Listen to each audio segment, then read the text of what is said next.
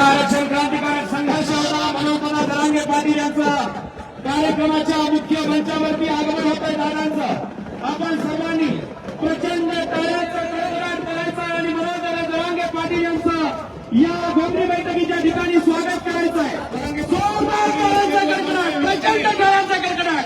दादा या ठिकाणी आपल्या सर्वांना विनंती आहे, या सर्व पाटलांच्या सहकार्याने विनंती की आपण थांबा थोडं थांबलेले आहेत। आता काही सूचना या ठिकाणी मनोज दादा प्लीज मनोज दादा जरांगे पाटील यांच्या शुभ हस्ते विश्ववंदनीय छत्रपती शिवाजी महाराज यांच्या पुतळ्याचं पूजन होत आहे। पुष्पहार अर्पण करून प्रचंड टाळ्यांचा कडकडाट करायचा आहे। भारतीय आरमाराचे जनक हिंदवी स्वराज्य संस्थापक विश्ववंदनीय छत्रपती शिवाजी महाराज यांच्या पुतळ्याचं पूजन या ठिकाणी होत आहे आणि संपूर्ण गर्दी या ठिकाणी स्टेजवरची गर्दी आपण कमी करणार आहोत। या ठिकाणी सूचना करण्यात येत आहे। दादांचं स्वागत या ठिकाणी आपल्या मराठा कन्या जिजाऊच्या लेकी दादांचं या ठिकाणी स्वागत करतायत आणि या घोंगडी बैठकीच्या निमित्ताने आम्ही तुम्हाला वारंवार विनंती करतो, रस्त्यावरचे समोर या। दादांचं या ठिकाणी चिमुकल्या औक्षण करून स्वागत करतायत। प्रचंड टाळ्यांचा कडकडाट करायचा आहे। कोट्यवधी मराठ्यांचे कैवारी, गरजवंतांचा बुलंद आवाज, महाराष्ट्राची आन बान आणि मराठ्यांचा स्वाभिमान, प्रत्येक मराठ्याचं काळीज, संघर्ष योद्धा, महाराष्ट्राचा संघर्ष पुत्र मनोज दादा जरांगे पाटील यांचं प्रचंड टाळ्यांच्या कडकडाटामध्ये आपण स्वागत करायचंय। वरल्या मान्यवर मंडळींना विनंती करण्यात येते की पाटलाच्या व्यतिरिक्त वरती विचारमंचावरती कुणी मागं राहणार नाही। धन्यवाद। आणि यानंतर या घोंगडी बैठकीच्या निमित्ताने दादांना ऐकायचे सगळ्यांना हात वर करा। एकदा हात सगळेजण बिल्डिंगवरचे सगळे हात वर करा। प्रचंड टाळ्यांचा कडकडाट करा। छत्रपती शिवाजी महाराजांचा बाळा, आपल्या सर्वांचा नेतृत्व, मराठ्यांचे कुटुंब प्रमुख, आपला आधारबळ आदरणीय दादा या घोंगडी बैठकीला मार्गदर्शन करतील। आपण दादांचं प्रचंड टाळ्यांच्या गजरात स्वागत करूया।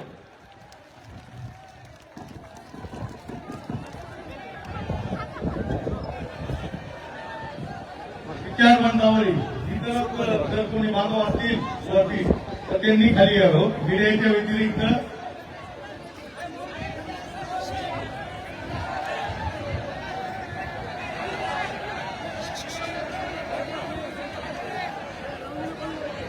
हिंदवी स्वराज्याचे संस्थापक राजे छत्रपती शिवाजी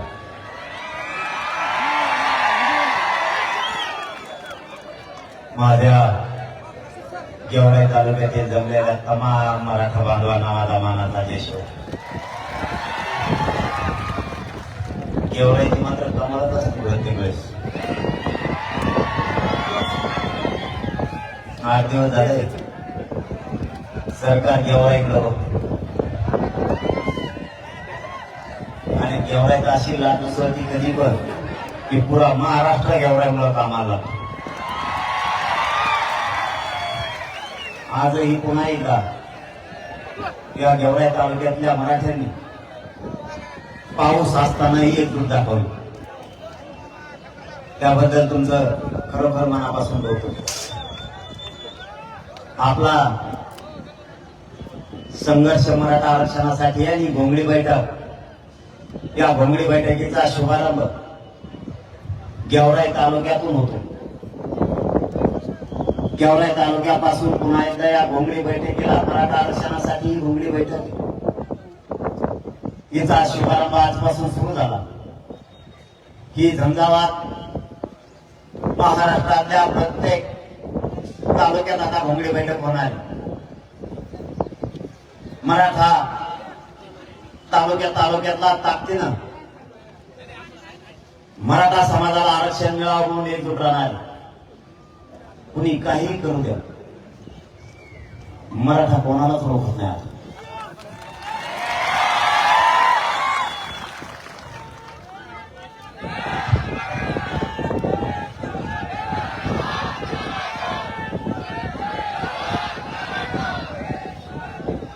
आता वेगळे षडयंत्र आणि डाव आणले तरी मराठा हटला। मायबापावर रात्री चर्चा झाली।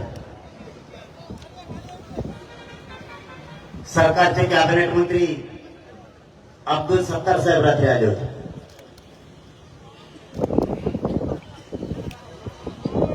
रात्री आरक्षणावरती आणि शेतकऱ्याच्या प्रश्नावरती चर्चा झाली. त्यांनी खूप हात खोल घालून बघितलं. तुम्हाला कळत आहे का? ओली ओली हिंदी घातली ती, पण शेवटी ते बाहेर आले. ते म्हणले याला ओळखीला कठीण ठेवा. मी त्यांना साधं सांगितलं, माझ्या जातीच्या आणि माझ्या जातीच्या लेकरातल्या डोळ्यातले मी अश्रू नाही बघू शकत.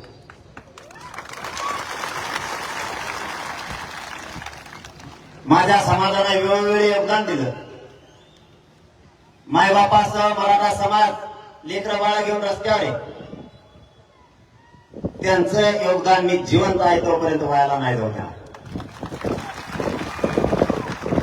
तुम्हीच उलट सरकारकडे जावं आणि देवेंद्र फडणवीस साहेबांना सांगा की काही करा, पण मराठ्यांचं आरक्षण द्या. माझी तुमच्या वतीनं पुन्हा एकदा विनंती या सरकारला आणि देवेंद्र फडणवीस साहेबांना, उद्याच्या कॅबिनेटला तुम्ही चाललाय, देवेंद्र फडणवीस साहेबांना जाहीरपणानं सांगा की मराठ्यांचं आरक्षण द्या. तुम्ही किती गणित लावलं तरी मराठी तुमचं गणित चुकवल्याशिवाय सोडणार नाहीत. मला आणि माझ्या समाजाला राजकारणात नाही जायचं.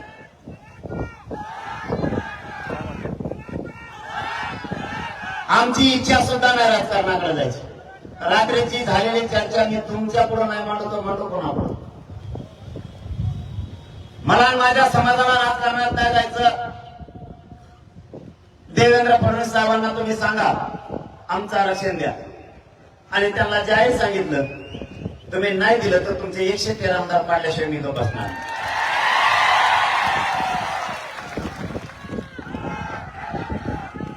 मी त्यांनाच प्रश्न विचारला, माझी चूक काय, आणि तुम्ही आरक्षण देणार नसाल तर माझ्या पुढे पर्याय काय? आरक्षण देणारा केंद्र सत्ता आहे, आणि तुम्ही ते आरक्षण देणार नसाल तर ती सत्तेवरती कब्जा मराठ्यांना करावाच लागणार. माझा नाविलाज आणि माझा समाज आता ऐकत पण नाही. आरक्षण घेतलं, ते आरक्षण सरकारनं दिलं तर समाज ऐकतो, नाही तर नाही. सरळ आणि स्पष्ट सांगितलं आणि एकदम सोपं आहे. मी गॅजेट पण आणले घरी.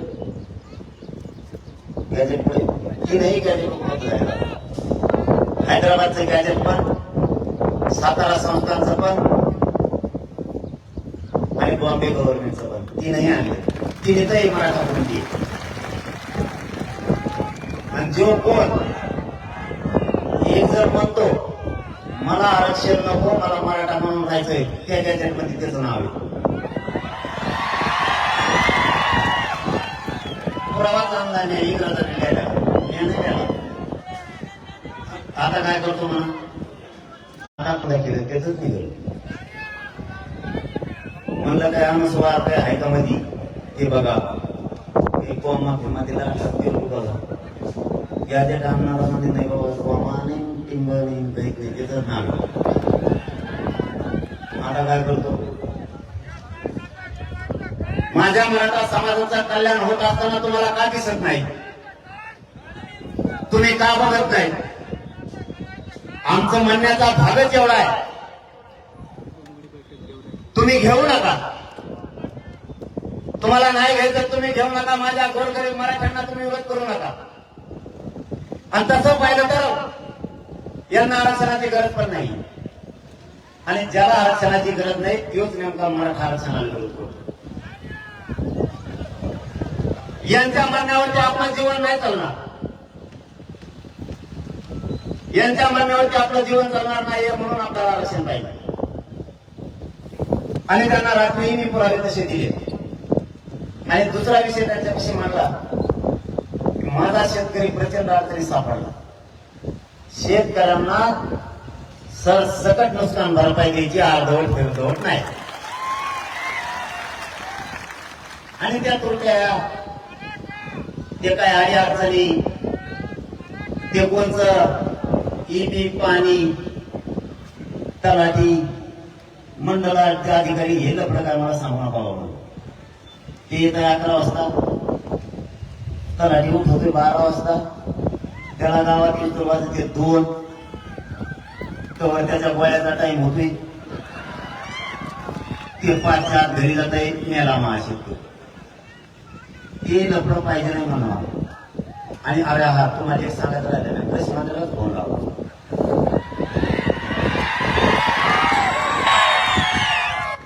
म्हणलं भाऊ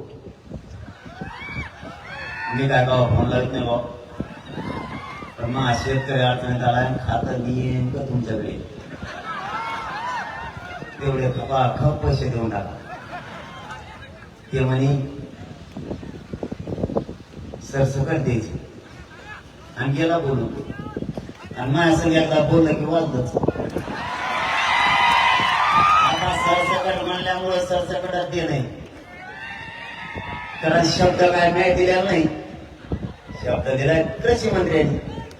आणि मग सरसकट द्यायचं आता कृषी मंत्र्यांनी, नाही तर भाऊ सामना आपल्या संग आहे. आपल्याला एक शब्द द्यायचा नाही, विचार करून द्यायचा, आणि एकदा दिला तुम्ही मागा लागल्याशिवाय राहत नाही. कृषी मंत्री चांगलं आहे, खूपच विरोध नका करू, लय बेस्ट माणूस. अरे खरं सांगतो मला, तुम्ही का माणसं काय राहू. आता समजा त्यांना मी 8 दिवस म्हणलं, ते 10 दिवस म्हणले, आणि समजा ते दिले, चांगलाच आहे ना. नाही दिल्यावर मग बघू,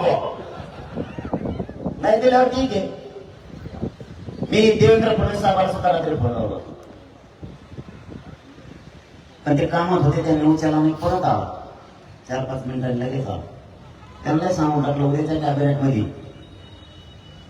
शेतकऱ्यांचा प्रश्न मार्गी काढायचा, कारण बांधावर मी गेलो.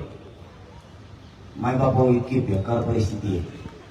अरे बाप, त्या बोत आणि वाईच्या परभणी जिल्ह्यातल्या अनेका गावात गेलो, पुन्हा लागलं का. आणि आपल्याला काहीच लागत नाही म्हणून ते कदारले. आपल्याला उन्हाळा लागणार, पाऊस लागणार, ते म्हणजे हे नेमके कशाचे पोराचे तयार झालेले आहेत का काय, मराठीचे पोटे लय बेकार येत नाही. रात्री बहिणी म्हणले की तरी किती हवय मोठे लोक तिथे जेव्हा म्हणले नुसती गर्दीच गर्दी. मेरे आयुष्याने 44 वर्षाने म्हणले पहिल्याच देखा.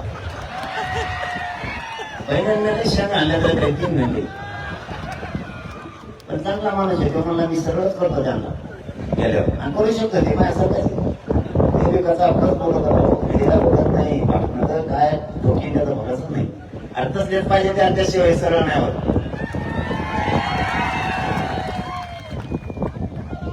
त्या व्हायला आपले करायचे, पण अर्ज येईल द्या ना, अर्ज तुम्ही इतके दिले.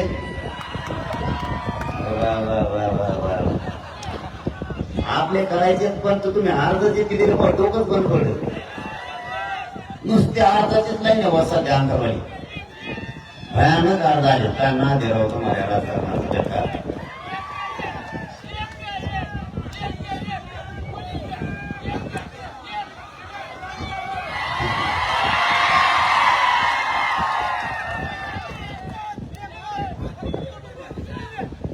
होईल होईल, काहीतरी होईल, काहीतरी होईल. नाही आपण महाराष्ट्रातला सगळा मराठा समाज बोलवणार, त्याच्यानंतर ठरवणार, सगळा महाराष्ट्र बोलवणार आपण, त्याच्यानंतर ठरवणार, पाड्यात येतो उभा करायचं. आणि म्हणून त्यांना मिळाला आपण काय करणार आहे. आपण 29 तारीख नेमली होती, देवेंद्र फडणवीस साहेबांच्या लक्षात आलं मराठ्यांचा नेमका डाव काय, तेव्हा आपण ओळखून तिथून पुढे करू. आणि 29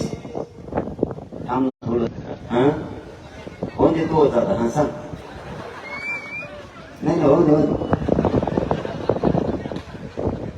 हा मग काय सांगतो मी, मग जे होईल ते होईल. मोठे म्हणा मोठ्याने आवाज होता मग, आता गावात पडला का आवाज आहे ना मला. आता सांगितलं नाही की इथं लगेच सुरू व्हायचं माझ्या मागे भोंगा. मी टायमाला बरोबर सांगतो ना, तुला फक्त उमेदवार पाहिजे ना आणि दमदार थोडी देऊ.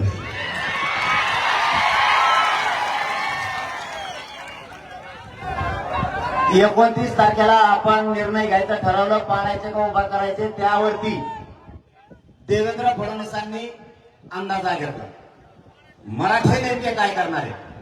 आता गेम सांगतोय दोघांच्या मध्ये कसा आहे. आपण जर उभा करायचं म्हणलं भाजप खुश होते. बघा बरं आयडिया यांची. ते म्हणजे आपल्या बरोबर मधून निवडून येते आणि आपण उभा नाही करायचं म्हणलं ते महाविकास आघाडी देश आपले पुरे पुढे ते काय. बघा यांचा कार्यक्रम पुरा या दोन्हीच्या धुऱ्या मराठ्याच्या जवळ कुणाच्या ठिकाणा. यांचा असा डाव होता 29 तारखेला आपण काय निर्णय घेतो त्याच्यावरती रणनीती आखायची. आणि त्यांनी 29ला आपला निर्णय होण्याच्या ऐवजी त्यांनी डिसेंबर मध्ये निवडणुका टाकल्या. त्यांनी डिसेंबर मध्ये टाकल्या. फडणवीस साहेब गेले दिल्लीला. काय करायला गेले ते मला नाही माहित. ते तिकडे होते तेवढंच मी इकडे म्हणलं 29 तारीख आमची रद्द पुढे ढकलली.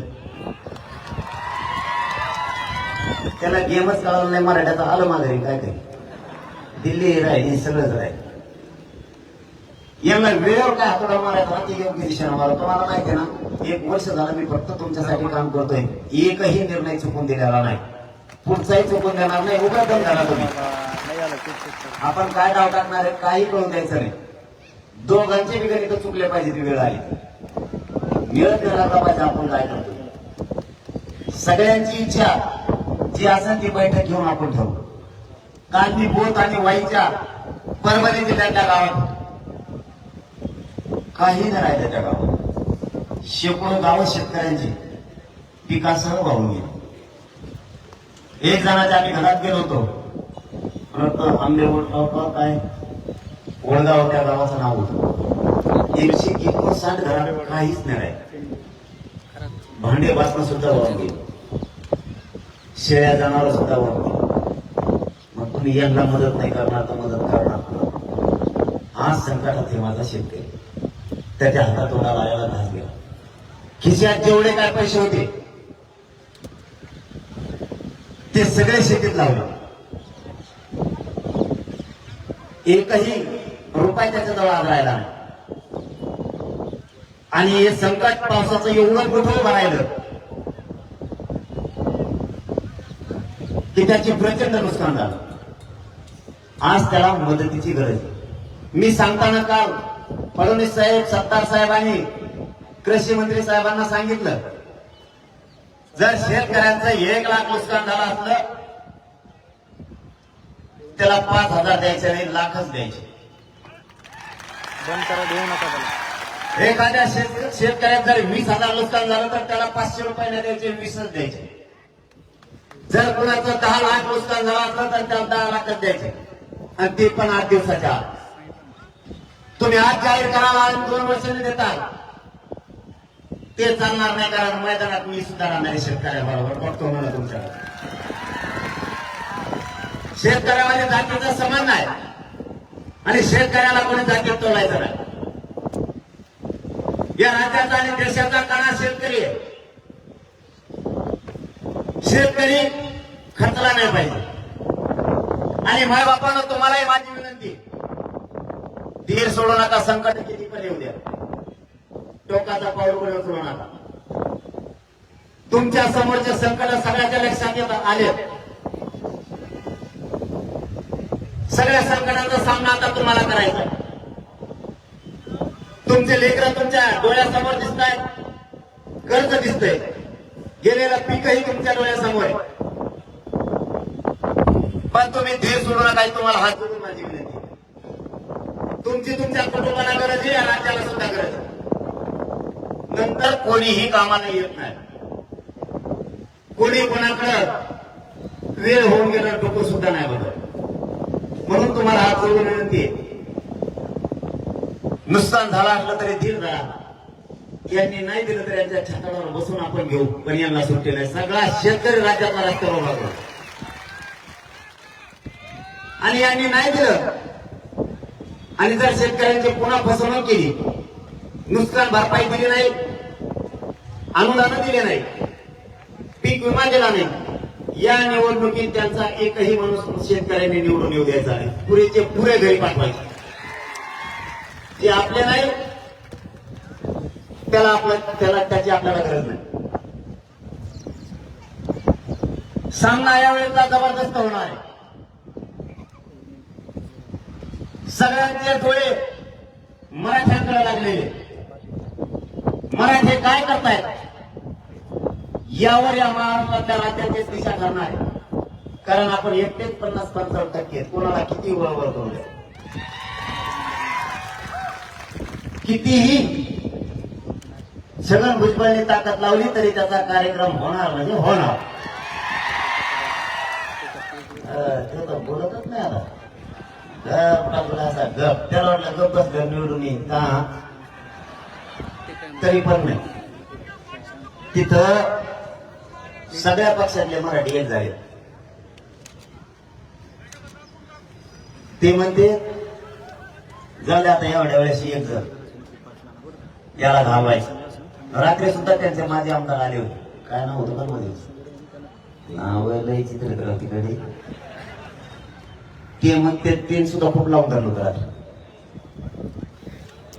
त्यांनी फक्त मराठा आरक्षणाला विरोध केला आणि मराठ्यांना आरक्षण मिळू दिलं. माझा एकच सवाल आहे तुम्हाला या भोंगडे बैठकीच्या निमित्त. ज्यांनी आरक्षण घेतले आणि त्यांचा समाज आणि त्यांचे लेकरं मोठे झाले, त्यावेळेस मराठ्यांचा कधीच पोट दुखलं नाही. ज्यावेळेस त्यांना मराठ्यांनी निवडून दिलं त्यावेळेस त्यांच्या डोक्यावर गुळा टाकायला मराठा होता आणि नाचायला सुद्धा मराठा होता. आमचा कधीच तुमच्याविषयी पोट दुखलं नाही. तुमची जात आणि तुमच्या जातीचे लेकर अधिकारी बनले.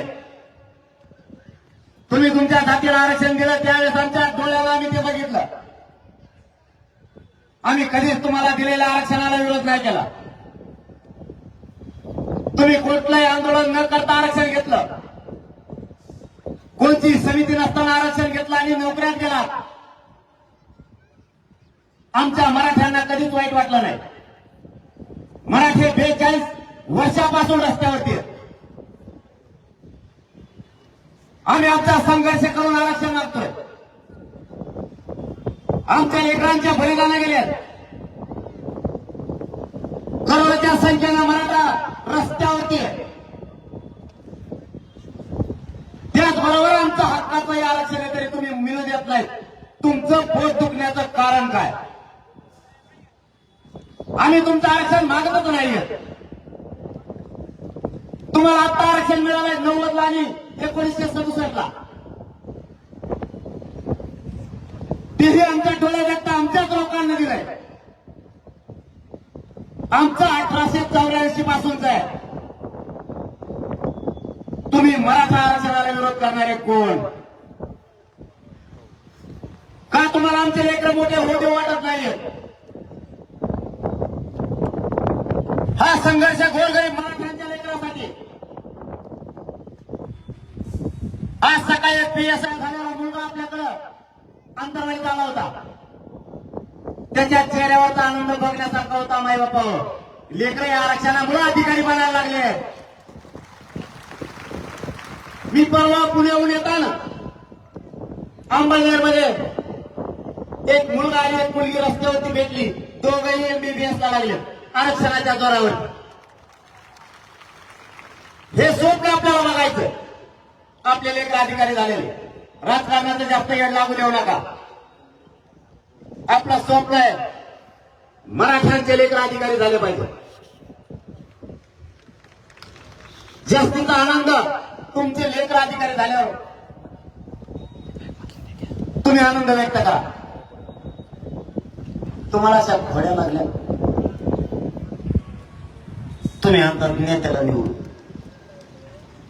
निवडून आणायला तुम्ही, डीजे लावायला तुम्ही, ह्याला लावते मी देत असतो. त्याला टकोऱ्या घेऊन नाचायला तुम्ही, गोळाला टाकीता तुम्ही. काय मोठी पण वाटत असं करा त्याला लावतो. या मराठ्यांनी आनंद कोणता व्यक्त करा माहितीये का? तुमचं लेकरं कुठंतरी परीक्षा देण्यासाठी गेलाय, तिकडे ते अधिकारी बनलाय. मराठ्यांचा पोरगा अधिकारी बनलाय आणि गावात वार्ता पसरली. कुठून आणलं? गावात डीजे लावला, त्याच्या अंगावरती गुलाल टाकला आणि डीजे समोर गाव नाचत राहिलं. तेव्हा आनंद तुमच्या आयुष्यातला सगळ्यात मोठा आनंद असणार आहे. हा आनंद व्यक्त करायचा मराठ्यांनी शिका. आता आपला समाज आरक्षणात गेलाय आणि छगन भुजबळ काय त्याच्या 17 पिढ्या आल्या तरी मराठ्यांना ओबीसी आरक्षणात जाण्यापासून कोणी रोखू शकत नाही. तुम्ही फक्त तुमची एकजूट फोटो देऊ नका.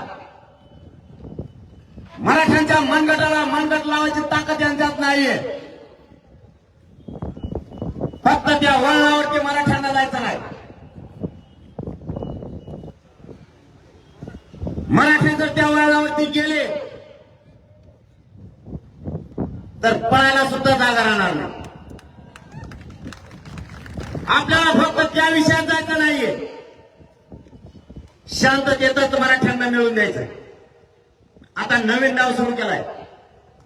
एक आमदार आहे बार्शीचा, संडास लागे. ते एका भाषणात म्हणला, आयला मी त्याचं सगळं विसरलो होतो बरं का. इमानदारी सांगतो, मला जाऊ द्या. तिकडे एक आमदार आहे बघा कुणीतरी, माझी झालाय तो, त्यांनी पाळलाय. तो मला तेव लय बेकार येईल त्याच्यात काय, त्याच्या दाढीतून निवडून आलोय. आणि जर असं काही झालं मग मतदारसंघात 54,000 मायनस गेला आणि मी जर ओळख मग संपलंच. जाऊ देवा म्हणलं. त्यांनी इतकं भयान सांगितलं त्या माझ्या आमदाराविषयी, मला ना विरोधात गेलं दम निघत नाही. मग त्याच्यामुळे मी कसं सांगतो. ते म्हणे त्यांनी इतकं बेजार केलेलं आहे, तेवढं एक मोठा सावकार आहे, आमकाच हे तमकाचे लय करा नाही केलं, लय त्रास देतो म्हणला. ते त्याला म्हणलं त्रास देतो म्हणल्यावर त्याच्याविषयी जरा राग होता आमच्या मनात. त्याच सांगतोय मीडियाच्या समोर आणि गेवराईच्या मराठ्यांच्या साक्षीनं सांगतो. थोडा माया मनातला त्याच्याविषयीची नाराजी कमी झाली होती, 100% सांगतो म्हणून. पण एका भाषणात ते बोलता बोलता बोललं बघा 8 दिवस. त्याला मी 5-6 आमदाराला देवेंद्र फडणवीस साहेबांकडे पाठवलं. म्हणलं बाबा मला काय राजकारणात जायचं नाही, माझ्या समाजाला जायचं नाही, आमचा आरक्षणाचा विषय ओबीसी आरक्षणाचा तेवढं द्या, त्याला जाऊन सांगा. आणि जर ते तुमचंच ऐकत नसला मग माझ्याकडे डबा घेऊन आलो, आमच्या आमदार पडली जाऊन सगळं सांगितलं. ते गेले, माझ्याकडे माघारी आले नाही. मग 23 दिवस झाले. ते आलं आणि त्याच्या मतदारसंघात गेलं आणि भाषण करायला लागलं. भाषणात म्हणते मनोज दादानी महाविकास आघाडीकडून लिहून घ्यावा आरक्षण देते का.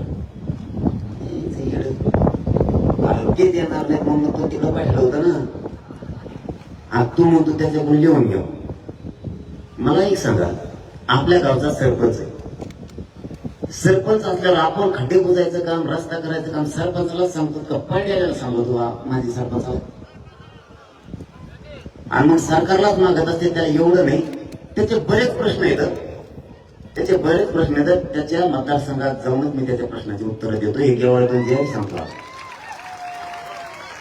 बार्शीचे लोक जर ऐकत असले ना, त्यांनी जरा उद्या जर ते आंतरवाली बरं होईल, जरा उघडी बैठक बार्शीत टाकायची, त्याला जरा उत्तरं द्यायच्यात मला सगळे. त्याचे जेवढे प्रश्न येतं त्या आमदाराचे त्यांनी त्याच्या भाषणातून विचारलेले, त्याला उत्तरं जरा समोरच देतो. इगोन किंवा उपयोगच नाही. कारण त्याच्या मनातलं आम्ही सगळं सोडलं होतं की जरा जाऊ द्या, चूक ही प्रत्येकाची होती. पण ते देवेंद्र फडणवीसांची भाषा बोलायला लागला. मग घरी आल्या त्याची स्वतःच्या भाषा बोलत होता त्यावेळेस त्याच्याविषयी आमच्या मनात माया येत होती. पण ते आता मराठ्यांच्या विरोधात बोलायला लागले. आणि मायबाप तुम्हाला सांगतो, या असल्याच अवलादींनी मराठा एक येऊ दिला. मराठ्याची पसरलेला अवलाद येत नाही, यांना आरक्षणाची गरज नाही. त्यांनीच आतापर्यंत मराठा एक येऊ दिलेला नाही. हे आपल्या बेरजीत धरूच नका. कारण हे जर अशा कार्य करत असले, तिकडूनच बोलत असले, प्रश्न सरकारचा आहे.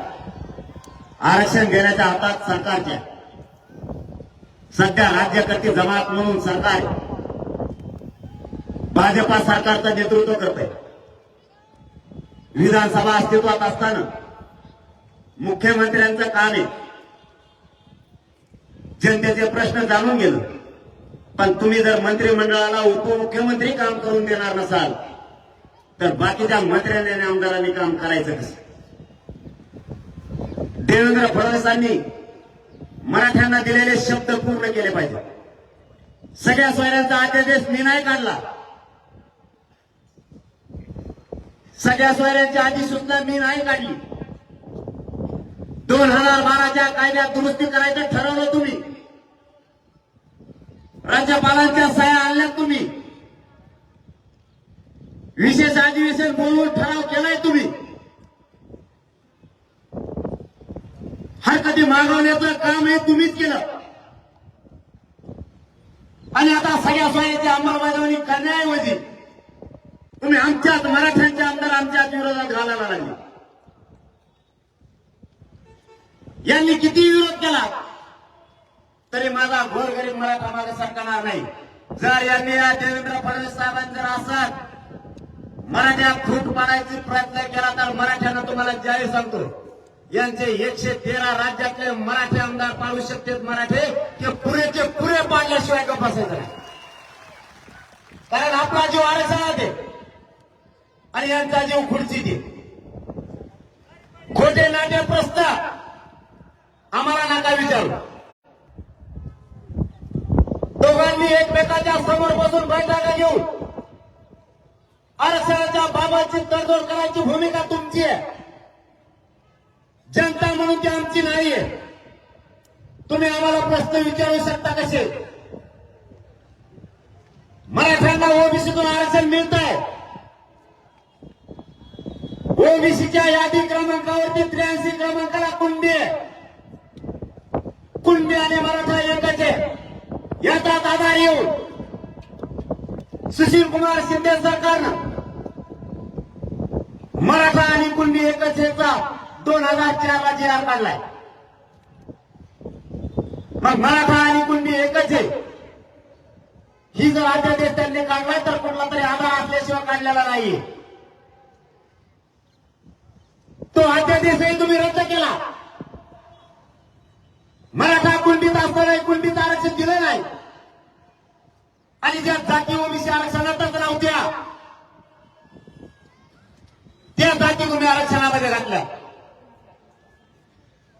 काही जातींचा निकष पूर्ण होत नाहीये तरी तुम्ही त्यांना ओबीसी आरक्षणात घातलं आणि तरी तुम्हाला विरोध नाही केला. आमचं हैदराबादचं गॅजेट आत्ताही अस्तित्वात आहे. बॉम्बे गव्हर्नमेंटचं सुद्धा आहे आणि सातारा संस्थांचा सुद्धा आहे तरी तुम्ही घेतला नाही. त्र्यंबकेश्वर संस्थांच्या 22 खोल्या आम्ही स्वतः तुम्हाला पुरावे म्हणून दाखवून दिल्या. देवेंद्र फडणवीसांना आमचाच प्रश्न आहे. तुमच्या आमदाराच्या माध्यमातून आम्हाला काय प्रश्न विचारायला लावता? त्या पुराव्याचं काय झालं? मराठा आणि कुणबी एकच आहे याचा 2004चा अध्यादेश आहे त्याचं काय झालं? मराठ्यांच्या 57 लाख नोंदी सापडल्यात.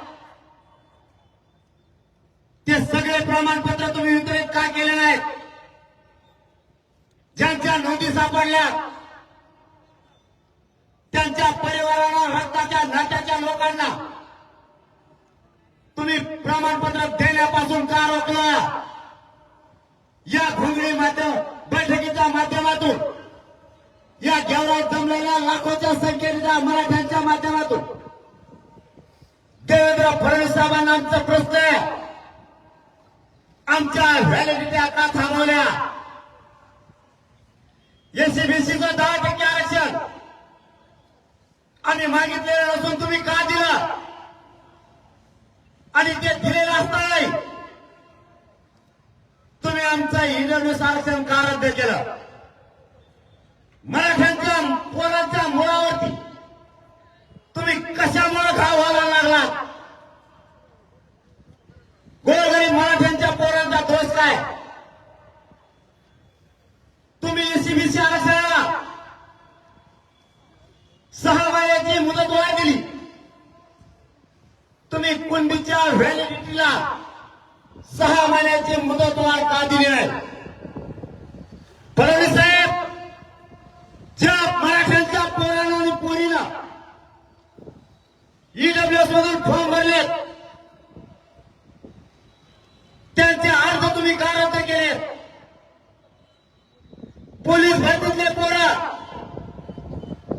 तुम्ही का बाहेर काढले? आरोग्य विभागात ईडब्ल्यूएस मधून पोरांनी तुम्ही एससीबीसी आरक्षण देण्याच्या अगोदर फॉर्म भरलेले त्या पोराचे अर्ज का रिजेक्ट केले? तुम्ही मराठ्यांच्या मुळावरती का घाव घालावा लागला? आरोग्य विभागाचा तुम्ही तसंच केला, कृषी विभागाच्या बातमीतही तुम्ही तसंच केलं. मराठ्यांच्या पोरांच्या भरती थांबवण्याचं काम तुम्ही त्यांना केलंय. मराठ्यांच्या अधिकाऱ्यांच्या भरत्या तुम्ही का थांबवल्या? मराठा ओबीसीत गेलेला असताना कुणबी प्रमाणपत्राचा ऑप्शन का दिला नाही? सकाळी अंगणवाडी सेविकाच्या महिला आल्या होत्या अंतरवालीला, तिथं कुणबीचा आणि एससीबीसीचा ऑप्शनच नाहीये. फडणवीस साहेब, कोणतं आरक्षण तुम्ही मराठ्याला दिलंय? तुम्ही किती दिवस मराठ्यांना फसवणार आहेत? तुम्ही आमच्याशी प्रत्येक वेळी डाव का रचताय? आम्ही तुम्हाला विरोधक मानला नाही, शत्रूही मानला नाही. तुमचं कारण काय की तुम्ही प्रत्येक वेळेस मराठ्यांच्या पोरांना नोकऱ्यातून ऍडमिशन मधून बाहेर काढायला लागलात? कित्येक तरी मुलींनी एससीबीसी आरक्षणाच्या अगोदर ईडब्ल्यूएस मधून प्रवेश घेतलाय.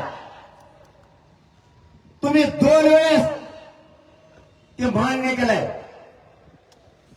आता संभाजीनगरच्या अखबारात मधून त्या मुलींचा अर्ज तुम्ही रिजेक्ट केलाय.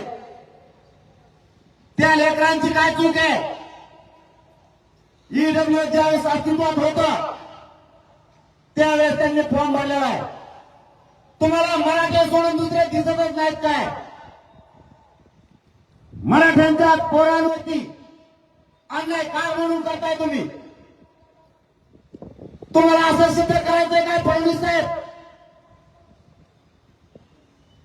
ईडब्ल्यूएस मराठ्यांच्या फायद्याचं होतं हे दाखवण्यासाठी एससीबीसीतून फॉर्म भरणारे पोरं सुद्धा तुम्ही बाहेर काढायला लागला. इतका अन्यायकारी तुम्ही वागू नका. मराठ्यांच्या पोरांनी तुमचं काही केलेलं नाही. तुम्ही किती डाव चालवणार आमच्यावरती? तुम्ही प्रत्येक वेळेस फक्त आणि फक्त मराठ्यांना फसवायला लागला. तुम्ही कितीही अन्याय केला आणि खोट्या योजना आणल्या. आता मराठा मात्र तुमच्या पाठीशी उभा नाही. तुम्ही काहीही करा. मराठ्यांना आणि या महाराष्ट्राच्या जनतेला लाडीगुडी लावण्यासाठी त्यांनी आता एक नवीन योजना आणली, लाडकी बहीण. चांगली योजना, काय अडचणी का? पैसे आपले. इथे बिस्किट पुडा जरी घेतला ना तरी टॅक्स जातो, जीएसटी. पेन घेतला तरी पैसेच आपले. कसा कच घ्या, तुम्हाला काय करायचं? चांगली योजना, पैसे घ्यायचे चांगले. पण देवेंद्र फडणवीस साहेब एका प्रश्नाचं आज उत्तर द्या. ज्या लाडक्या बहिणीला तुम्ही 1500 रुपये दिले, तिच्या लेकराचं म्हणजे तुमच्या भाषेचं शिक्षणच थांबलंय. जरा आरक्षण देता का तेवढं भाषाला? आणि दाजीचा भेसपाडा काम करू करू बांधावर त्याचं काय? दाजीचं तिथलाच भाव नाही. तुम्ही लाडक्या बहिणीला 1500 दिले, पण दाजी बांधावर बेजार झालाय. त्याच्या मालाच्या भावाचं काय? दाजीला जर एखाद्या बार रूम न उचललं तर लय बेकार होईल फडणवीस साहेब. आणि एखाद्या दिवस मी हे सगळे दाजी मोबाईल घेऊन येणारे, बाचे घेऊन येणारे मामाकडे. मामा बी देण्यासारखा पटतो. चलाच एकदा मुंबईला. दाजीच्या मालाला भाव देतो का? पिकाला भाव नाही. लाईट रातची देते ते 50 बारा लाईटच झाली. रानात गेलं की ती घरी आले की लगेच जाते असली लाईट. त्याच्यात मोटर पाणी सोडती, शेण टाकू टाकू चालू करावं लागते ती मोटर. तुम्हाला वेदना नाही कळायच्या फडणवीस साहेब शेतकऱ्यांच्या. तुम्ही लाईट देणार, मालाला भाव देणार, संपूर्ण कर्जमुक्ती करा ना तुम्ही शेतकऱ्याची. तुमचं काहीच नको आम्हाला, संपूर्ण कर्जमुक्ती करा. लाईट द्या, मराठवाड्याला आणि विदर्भाला कायमचं पाणी द्या. आम्हाला काहीच नको आणि मालाला भाव द्या, तेवढा दुधाला लाईट द्या. तुम्ही ज्याच्यात पाणी टाकीतात ना ते पाणी माग झालं का आमच्या दुधापेक्षा. तुम्ही कशात टाकीत राहायचे मला नाही, पण टाकी देत पाणी राहायचे. ते पाणी महाग झालं पण दूध काय महाग व्हायना. तेवढ्या दुधाला भाव द्या. ते नाही चिल्लर काम करते. आणि तुम्ही सुद्धा भावने फत जाऊ नका. वेळेवर कसल्या योजना आणल्या त्या काय आपल्या आयुष्याला पुरणार नाहीये. आता ते नवीन योजना आणणार आहेत. दिवाळी जवळ आली, आनंदाचा शिरा. ते 10 किलो भर देते, सगळे भुंगे लागलेली. तिला किती पाण्यात टाका, 15 दिवसाने मावशीला पाण्यात हात घातला तरी तशीच डाळ बाहेर येते. ते तेलाचा एक पुडा वाकडा तिकडा झालेला, पांढरं भगाट तेल. ते आपल्या मावशी इतके विचित्र आहेत. ते तेल काढ टाकी द्या, सगळं सरपंच संपदा आपण ते काय तेल पिवळं होत नाही. मग काय देवेंद्र फडक्यात वंगण टाकी दोय का काय करतोय पुन्हा. अरे काय नादी लागते राव, तेवढं तर बांगाला पाडले शेतकऱ्याच्या. आमचं त्याने आयुष्याकडे जाणार नाही. आम्ही तुम्हाला आयुष्याच्या सुविधा मागतोय त्या द्या. तुम्ही आम्हाला काय देऊ नका. आमच्या लेकराला आयुष्याचं आरक्षण द्या. हेच मराठ्यांचे लोक तुम्हाला डोक्यावर येऊन असतील. नसता खाली आपल्याला सुद्धा मागे पुढे लागणार आहे. तुम्ही आमच्या शेतकरी मायबापाला त्याच्या पिकाला भाव द्या, त्याला पाणी उपलब्ध करून द्या, कायमची 24 घंटे वीज द्या. कधीच माझा शेतकरी मायबाप आत्महत्या नाही करू शकत. तुम्ही चिल्लर देता कशा. आम्हाला आमच्या आयुष्याचं पाहिजे ते द्या. आम्ही का स्वप्न बघू नये. शेतकरी मराठ्यांनी त्याचा पोरगा अधिकारी व्हावं, IPS IAS दर्जाचा अधिकारी व्हावं, काय स्वप्न बघायचं नाही. मुंबईसारख्या ठिकाणी माझा महाराष्ट्रातला मराठा समाज गेलाय. त्यांनी आयुष्यभर हमालीच करायची का. रिक्षा चालवणाऱ्या मराठ्यांनी नाही स्वप्न बघायचं का. जीप ट्रॅक्टर चालवणाऱ्या मराठ्यांनी त्याचा लेखो अधिकारी व्हावे स्वप्न नाही बघायचं का. नोकरीच्या क्षेत्रात असलेल्या मराठ्यांनी त्याचं लेकरू त्याच्यापेक्षाही मोठ्या पदावर जावं हे स्वप्न नाही बघायचं का. आम्ही नेमकं केलंय काय. तुम्हाला आम्हाला त्या प्रशासनामध्ये जाऊ द्यायचं नाही. मराठ्यांनी जे राज्य जगवलंय, सत्ताधारी सुद्धा जगवले, राजकीय पक्षाचे सगळे नेते मराठ्यांनी जगवले. तुम्ही आमच्या लेकराच्या मुळावर का उठलाय. फडणवीस साहेब, आमदारांवर घालू नका. तुम्हाला जाहीर सांगतो, तुम्हाला मागात पडाल. मराठ्यांच्या नादाला लागू नका. सगळं भाजपाने तुमचा आमदार संपल्याशिवाय मराठी गप्प बसायचे नाही. तुम्ही आमचा रोष आणि राग वाढू नका. आणखीन आमच्या अवकाशावर आम्ही उतरलो नाही. हे मराठी मला दम खाऊ देत नाहीये. मी यांना शांत राहत म्हणून सांगतोय. एकदा जर हे बिथरले तर राज्यात सभा घ्यायचे सुद्धा मुश्किल होते. तुम्हाला सभा घ्यायच्या सुद्धा. तुम्ही नकाला दाबाला लागू मराठ्यांच्या. आम्ही तुम्हाला धमकी देत नाहीये. मराठ्यांच्या नादी लागलेला मराठ्यांनी पूर्ण संपविलेला आहे. तुम्ही आमची कसलीच कदर करत नाहीये. आरक्षण असलेलं ईडब्ल्यूएस तुम्हीच घातलं. न टिकणारे ईडब्ल्यूएस आरक्षण दिलं. तुम्हाला सांगतो, निवडणुका झाल्या की ते आरक्षण ओढायलाच म्हणून समजा, कारण ते 50% वरती गेलंय. कायदा सांगतोय 50% आत आरक्षण दिलं पाहिजे. कायदा आणखीन एक सांगतो, जी जात ओबीसी आरक्षणात घालायची ती मागासवर्गीय असली पाहिजे. कमिशननं जी आता समिती नेमली होती शिंदे साहेबांची, सुक्रे साहेबांची, तिने मराठ्यांना मागास सिद्ध केलं. मग सरकारनं मराठ्यांना 50% आत घालण्याऐवजी 50% वरती आरक्षण दिलंय म्हणून ते टिकत नाहीये. हे फक्त निवडणुका होईपर्यंतच राहणार आहे. मग ते जर आरक्षण गेलं, आपल्या पोरांनी करायचं काय? म्हणून आपल्याला आपल्या हक्काचं ओबीसीचं आरक्षण पाहिजे, ते आपल्याला मिळवायचं. देवेंद्र फडणवीस साहेब, तुम्ही पुढच्या काळात तरी मराठ्यांचे प्रश्न मार्गी लावायच्या कामाला लागा. मराठ्यांच्या विरोधात जायचं काम करू नका. नसता मराठी निर्णय घेणारे पाडायचे का उभा करायचे. आणि एकदा जर निर्णय झाला तर मग मराठ्यांनी माग लोकसभेला एकदा कचकाटा केला. लय बेकार येत राहू तुम्ही. मी नुसतं पाडाच म्हणलो होतो, मी नाव तर नाही घेतलं कोणाचं. राईटच कार्यक्रम केला तुम्हाला, माना लागेल तुम्हाला. देवेंद्र फडणवीस साहेब, मराठ्याच्या नादी लग्न सोपं नाही. मी नुसता पाडा म्हणलं तर यांनी इतकं पाडिलं. आता घेणार आहे मी नाव. उभा करणाऱ्याचं किंवा पाडायचं दोन्हीपैकी एक नाव घ्यावंच लागणार. त्या टायमाला मगले अवघड होईल. एक जणाचा प्रत्येक मतदारसंघात मराठी 1 लाख आहे, 1.5 लाख आहे. 90,000च्या खाली महाराष्ट्रात एक 22-23 मतदारसंघ सोडले तर सगळीकडे या संख्या नाही.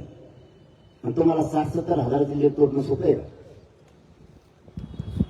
राखीव मतदारसंघात प्रत्येक मतदारसंघात 70,000पेक्षा जास्त मराठ्यांचं मतदान. यावेळेस सगळे राखीव आपल्या विचाराचे मराठ्यांनी काढायचे. 48चे 48 बाहेर निघले पाहिजे. मराठ्याच्या मताशिवाय राखीवला शिकत निवडून येऊ शकत नाही. आणि मराठ्यांच्या मताची लीड तोडणं एवढं सोपं नाही. एक जणाची 5,000ची लीड तोडताना एवढा फेस पडला होता. मराठ्याचा कचरा सोपा नाही म्हणून मी सांगत होतो आमच्या नागे लागू नका. उगाच धौशीचे काम धामाचे. अरे मराठ्यात ताकद माहित नव्हती बुवा, आता शिकवायच आहे मराठीची ताकद काय. आष्टी पाटोदा शिरोळ मतदारसंघात 1,67,780 एकटा मराठा. एकटा. काय बरोबरी करायला झालं तरी आमची कसले डबडे उठे जण बुळबुळ करते. टेका खाली टेका, खाली टेका, खाली टेका. 9चा टाइम नाही झाला आणखी. टाइम झाल्यावर 9च्या पुढे तुम्हाला असं भेव वाटत राव. अरे तुम्हाला सांगतो किती येड असो माणसाला. एक जण टाईट झाल्यावर माझ्याकडे आला 11 वाजता. त्याच्या ध्यानातच नाही राहिलं दिवसभर आपण अर्ज दिला नाही याला म्हणून. उमेदवारी अर्ज घेऊन आला आणि तराट झाल्यावर आला. त्याच्या तवा ध्यानात आले की आपण उमेदवारीच मागितली नाही. कानाकानात अंतरवाली झालं. ते फाईल घेऊन यायचा अर्ज तिथं दुसरीच घेऊन आलो आणि मला फाईल दिली. मी म्हणलो भाऊ ही फाईल आहे ती मला नीट वाचव तीच ती कुठं नाही त्याला आघात ते मला ऐकत नव्हतं. लट टप्पू होतं ते. जाऊ दे म्हणलं तुम्ही ऐकता ना, तुम्हाला खरंच पाय पडून सांगतो मी. आपला समाज लय मोठा प्रत्येक भाषणात सांगतो मी. फक्त आपल्या जातीला, आपल्या जातीच्या लेकराला आयुष्याचं आरक्षण द्या आणि मराठ्यांनी व्यसनापासून लांब जा. आपल्या जातीची कोणीच प्रगती रोखू शकत नाही. असे लुटी देत नाही. 9च्या पुढं कार्यक्रम घ्यायचा म्हणलं टेन्शनच येतो. त्या दिवशी नेमकं ही होतं ती श्रावण संपल्याला आणि मी इकडे सप्त्याला गेलो भेट दिल्या. इथून तिथून तेच भेटले मला जास्त. फोटो काढितून माया गळ्यात रुमाल टाकायचा तर माझ्या टोकर रुपये घेतो. मग तोंड दिसना तरी ते म्हणतो तू माझ्याकडे तोंड करून उभा राहत होता. पुढून झाकेला मला तोयाकडे तोंड करून कसं उभा राहू मी सांगा बरं. त्या टायमाला ते नसतंय धोरणात. नाही ऐकवतो गाडी पुढे जाऊन ते कोणाच ऐकत नाही.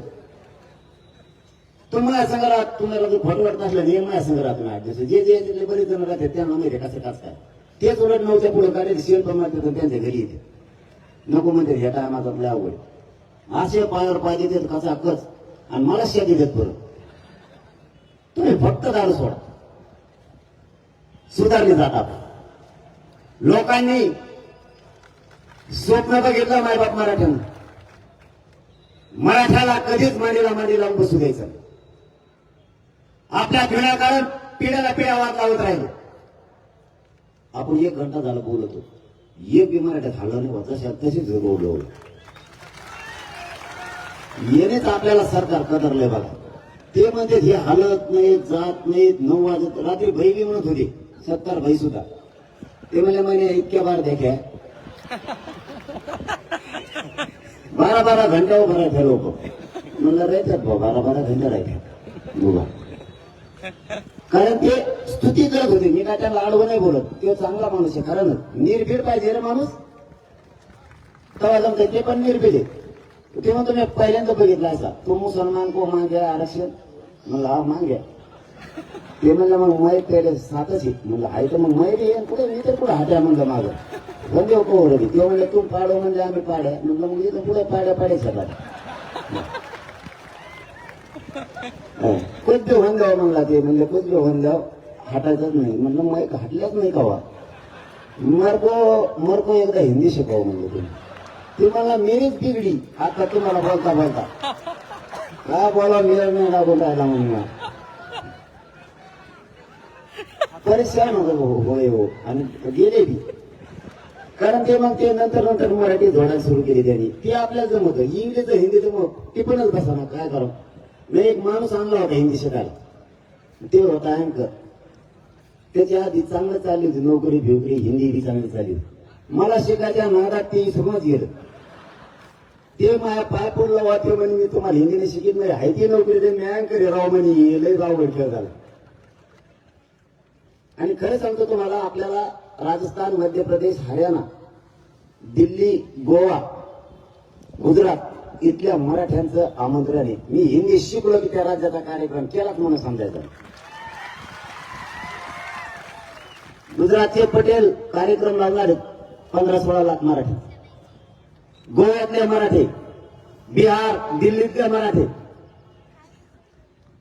मध्य प्रदेश राजस्थानचे मराठी सगळे कार्यक्रम लावले पण मला सुतच बसा ते इकडे आले की बोलत हिंदीत मी बोलतो मराठी आमच्यामध्ये एक सांगायला ती सरपंच ती अर्धा ढिला पाळलाय ती सांगायला मी मराठी ती बोलत ती त्याला हिंदी सांगतो आता शब्दाचा अर्थ काय व्हाया त्याला मेळ आला ना असा काय मेळ होका लागला त्यामुळे तिकडचे लोक यायचे एकत्रले आता त्यांना आम्ही काय म्हणत तेच कळत नाही याला काय मी सांगितलेली मराठी कळते हिंदी काय सांगतो त्यांनी सांगितलेली याला मला सांगता येत नाही याची हिंदी माझ्यासारखीची अर्धवट गुतेल म्हणजे बळत चालली यांचा असा कार्यक्रम लागतोय ना भयानक आता तर अमेरिकेतच चालू 4-5 दिवस झाले मग फोटो तर केलाय आणि ते मोदी साहेब काय तिकडे जाणार आहे तिथं जे पटेल आणि मराठी सगळे झाले ते म्हणते सभा नाही काय सभे को काय म्हणलं का नाही तिथे जाऊन गेले ते काहीतरी त्यांनी तिकडे सगळा गोंधळ सुरू केला मराठी इतके जागे झालेत ना मला खरंच गर्व वाटायला लागला मी माझ्या या मराठ्यांच्या जातीतल्या मला इतके भयानक मराठी ताकदीने एक झाले सगळ्या क्षेत्रातले मुंबई पुण्याला पण गेलो त्यावेळेस मोठमोठ्या महालात फ्लॅटमध्ये मोठमोठ्या बंगल्यात राहणारे मराठी सुद्धा चहाची कॅटली घेऊन आपल्या मराठ्यांना चहा वाटायला रस्त्यावर होते हे कधीच आंदोलनात येत नव्हते वकील असू द्या पोलीस असू द्या महसूल मधले मराठ्यांचे अधिकारी असू द्या शिक्षक असू द्या कोणत्याही वर्गातला असू द्या आपले बिल्डर असू द्या कॉन्ट्रॅक्टर असू द्या सगळ्या राजकीय पदावर असणारे मराठी असू द्या सगळे झाले आणि तुम्हाला आणखीन एक सांगायचं राव जेवढ्यातूनच सांगतो जेवढ्यातल्या मराठ्यांना आणि महाराष्ट्रातल्या सुद्धा आपल्या अधिकाऱ्यांना प्रचंड त्रास दिला जातो आपल्या अधिकाऱ्याने जर काम केलं नाही त्याला हे डायरेक्ट म्हणजे तू मराठ्याचा म्हणून करीत नाही का तिथं जातीचा काय समज जर त्या कायद्यात बसतच नसलं तेवढं करीन तर असले शब्द काढून त्यांना वेठीच धरलं जाते. आपण कधीच त्यांच्या अधिकाराला म्हणत नाही तू त्या जातीचा आहे म्हणून आमचं काम करीत नाही का? कारण मराठ्यांवरती ते संस्कारच नाहीयेत दुसऱ्याच्या अधिकाराला त्रास द्यायचे. तुम्ही आमच्या अधिकाराला त्रास का देताय? मराठ्यांना माझी विनंती आहे, इथून पुढे आपल्या कोणत्याही क्षेत्रातला मराठ्यांचा अधिकारी शिक्षक कुठलाही असू द्या, डॉक्टर असू द्या, वकील असू द्या, कोणीही असू द्या, मराठ्यांनी त्याच्या पाठीशी ताकदीला उभा राहायचे इथून पुढे. आणि आता मोठमोठे अधिकारी सुद्धा मला येऊन भेटतायत. मी 1 महिन्यापूर्वी हा विषय मांडला होता. आम्ही सोबत हे तुमच्या फक्त सांगत चला. आता अधिकारी सांगायला लागले तुम्ही नुसते म्हणलात तेवढं तरी आमचा त्रास कमी झाला. मी सांगायला सुद्धा गरज नाही राहिली. म्हणतच नाही आता कुणी आम्हाला तो मराठ्याचा. ही बघा आपल्याला आपले घराने जगवावे लागणार आहे.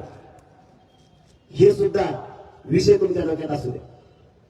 आता आपली गेवराई तालुक्यातली घोंगडी बैठकीत तुम्ही घेऊन तिचा शुभारंभ करून यशस्वी केली त्याबद्दल तुमच्या चरणी मनापासून नतमस्तक होतो की अख्खा गेवराई तालुका इकडे उसाळा. फक्त एक सांगतो, जाता जाता माझी तुम्हाला एवढीच विनंती आता उभा करायचे का पाडायचे ही बैठक आपण निवडणुकाच्या तारखा जाहीर झाल्याच्या नंतर 4 ते 8 दिवस अगोदर घेणार आहे. सगळ्यांनी ताकदीनं कामं सोडून माता मावल्यांसह तिथे यायचे. पण जर का उभा करायचं ठरलं तर तुम्हाला जाहीर सांगतो उमेदवार एकच दिला जाणार, पण मराठ्यांना हरवू द्यायचं नाही ही जबाबदारी तुमच्या खांद्यावर. माझा मराठा हरला नाही पाहिजे. आपण राजकारणासाठी एक आलेलो नाही, आपण समाजाला मोठं करण्यासाठी एक आलोय. त्यामुळं जर मराठ्यांनी उमेदवार दिला तर तिथं तुमची आणि माझी किंमत जाणार नाहीये, माझ्या मराठा समाजाची इज्जत जाणार आहे. म्हणून माझी तुम्हाला शेवटी जाता जाता हात जोडून विनंती, जर उमेदवार द्यायचं ठरलं तर माझा मराठा हारू देऊ नका ही तुम्हाला हात जोडून विनंती आहे. दुसऱ्यांचा हसू होऊ देऊ नका. माझ्या मराठ्यावरती कोणी हसतील, त्याला हिरवतील, त्याचा अपमान होईल असे शब्द वापरायला संधी कोणाला देऊ नका. जर उभा करायचं ठरलं तर मराठ्यांना हरवू द्यायचं नाही. जसं तुम्ही ताकदीनं पाडलं तसं ताकद दाखवा निवडून आणून मराठ्यांनी. आणि जर पाडायचं ठरलं असं पाडा, पुन्हा 5-1 पिढ्या ती उभा करायला पाहिजे. कधी मराठ्यांची शक्ती कमी होऊ द्यायची नाही. काय निर्णय होईल तो तिथं होईल. पुन्हा एकदा जाता जाता सांगतो की घोंगडी बैठकीचा शुभारंभ गेवराई तालुक्यात तुम्ही यशस्वी केलाय. आणि आता प्रत्येक मतदारसंघात 288 मतदारसंघात या घोंगड्या बैठका होणार आहेत. आपण प्रचंड संख्येने जमून ही घोंगडी बैठक यशस्वी केली त्याबद्दल या गेवराई तालुक्यातल्या सगळ्या मराठा समाजाचं मनापासून आभार मानतो आणि कौतुक करतो आणि थांबतो. धन्यवाद. जय शिवराय. सर्वांनी जागेवर थांबायचे, कोणी काही गडबड करू नका. दादा या ठिकाणी आपण सगळ्यांनी दादांना व्यवस्थितपणे पुढे जाण्यासाठी रस्ता द्यायचा आहे. उद्याची घोंगडी बैठक माजलगावला होणार आहे याची आपण नोंद झाली. एवढाही दादांसाठी एकदा हात उंचावून सगळ्यांनी टाळ्या वाजवा. छत्रपती शिवाजी महाराज की. या ठिकाणी मराठा आरक्षण राज्य घोंगडी बैठक पार पडली.